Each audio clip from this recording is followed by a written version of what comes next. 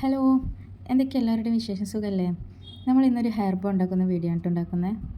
ആവശ്യമുള്ള സാധനം എന്താണെന്ന് വെച്ചാൽ ഒരു കമ്പി ഹെയർ ബാൻഡും കുറച്ച് ബീഡ്സും ഒരു എൻഡ് ടേപ്പും 3 ഫ്ലവേഴ്സ് എടുത്തുക്കണം.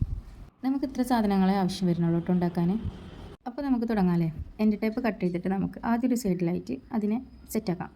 എൻഡ് ടേപ്പിൻ്റെ മേളത്തെ ആ കറുപ്പ് ഭാഗത്താണ് കേട്ടോ പശ ഉണ്ടാവുക. അടിയത്ത് നമുക്ക് എടുത്ത് കളയാം.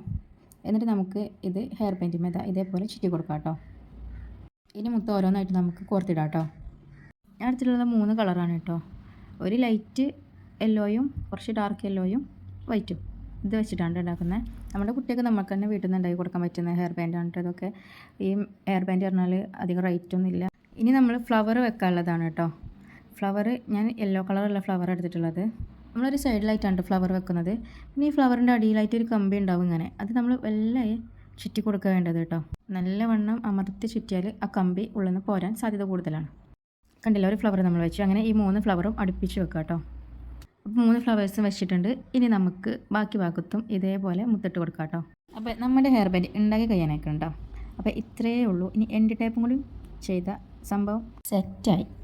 ഇന്നത്തെ വീഡിയോ ഇത്രയേ ഉള്ളൂ. നിങ്ങൾക്ക് ഇഷ്ടപ്പെട്ടെന്ന് കമൻറ്റ് അടിക്കട്ടോ. അപ്പോൾ ഇൻഷാല്ലാ നാളെ കാണാം. ഒന്ന് ലൈക്ക് അടിച്ച് സബ്സ്ക്രൈബ് ചെയ്യട്ടോ. Okay, by.